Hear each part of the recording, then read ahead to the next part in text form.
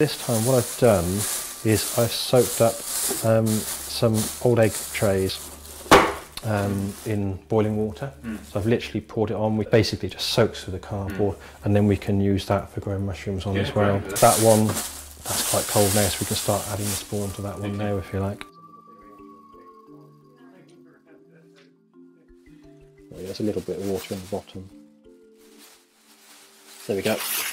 What we'll do now is we will actually inoculate the cardboard that I prepared yesterday with mushroom spawn, and it's very simple to do. Basically what we have here is a number of egg boxes. Now ideally you want to try and be as clean as possible. We're going to use oyster mushrooms, which are far from fussy, but if you've got access to it, some sort of hand sanitizer is quite a good idea, and just basically get any spores that might be on your hands off before you start. If you haven't got that, just wash your hands immediately before doing it is also adequate. So what I'm really going to do is just literally sprinkle a few grains of spawn into each layer. So I've stacked these cardboard formers together. So there's a packet of spawn. Sometimes you'll find, particularly with the blue-grey oyster, it's such a fast-growing mushroom that this is kind of all knitted together into a lump. If that's the case, just give it a little bit of a prod before you open the packet, just to break up the individual grains from it. And then literally all I will do is sprinkle a few of those into that layer, a few into the next layer, and so on. And this really isn't that critical.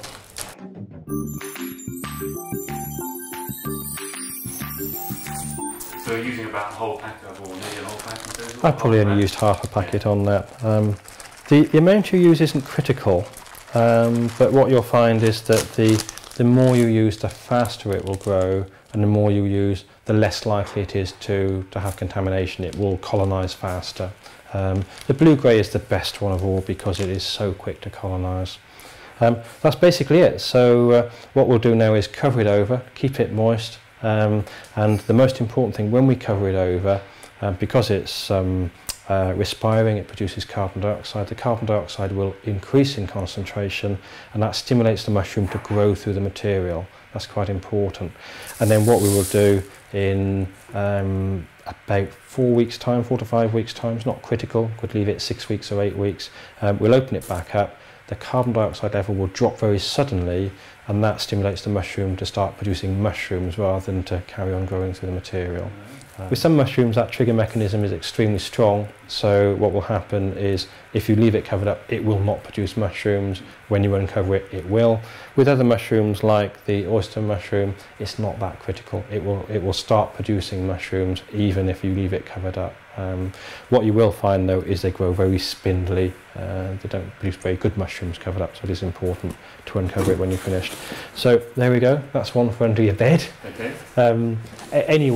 Anywhere with sort of room temperatures is adequate, so I could leave that anywhere between 12 degrees and 25 degrees.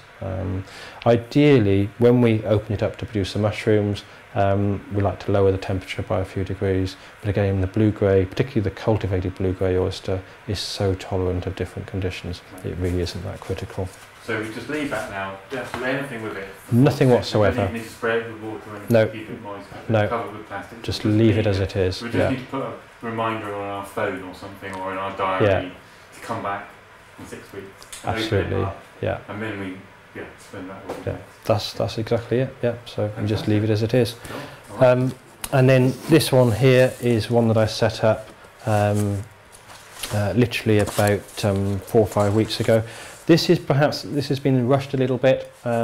If you look at the egg boxes, you can see where the mycelium has started to colonise it.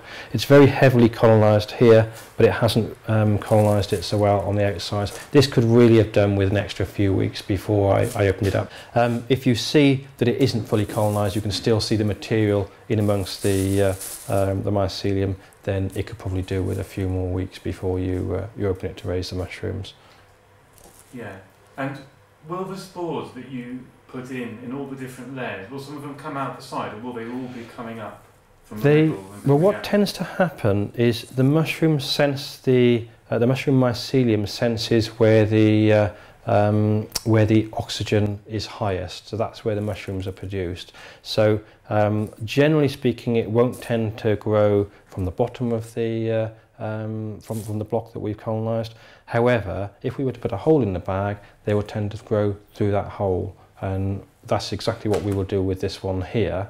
We'll actually put holes here and there specifically to encourage the mushrooms to grow out through those holes. What you'll find with something like this is you'll usually get some around the edges as well as from the top. My personal experience is oyster mushrooms tend to like coming out through the side of something more than through the top of something. When they come out, so after 6 weeks we're opening it up. At that point, are we needing to do anything? Are we needing to spray it with water or anything? Yes, absolutely. What we want to try and do is maintain a humid environment around the mushrooms themselves. Yeah. So mushrooms don't like to dry out particularly. Some mushrooms are quite tolerant, like the shiitake mushrooms. They seem to grow quite happily in a dry environment. But of course, what happens is the mushrooms, generally they have thin membranes. They tend to like to be very moist. I think a mushroom is 70 or 80% moisture. So what it's doing is drawing the moisture out of the actual substrate and putting it into the mushroom. And of course, the drier the environment, the more moisture that's pulling out, and there comes a point where there isn't enough moisture there. Also, at the stage when the mushrooms start to pin, when the little baby mushrooms start to appear, they need very high moisture. So if you stop spraying when that's happening, you tend to find they abort. They will just dry up and die basically. So yes, it's quite very important. The way we do it is rather than spraying the mushrooms themselves, which for some mushrooms they don't tend to like that, what we literally do is just spray the walls of the polythene bag that they're in. And what we're trying to do is create a humid environment. As that moisture evaporates, the air inside here has a much higher humidity than out in the room, and so it keeps the mushrooms happy. Generally speaking, we do it twice a day. If you're in a very dry environment, you might do it 3 times a day, but twice a day is normally good enough for most indoor household growing sessions. If you're growing it outdoors, you probably get away with once a day because it's generally, certainly at night, a lot more humid.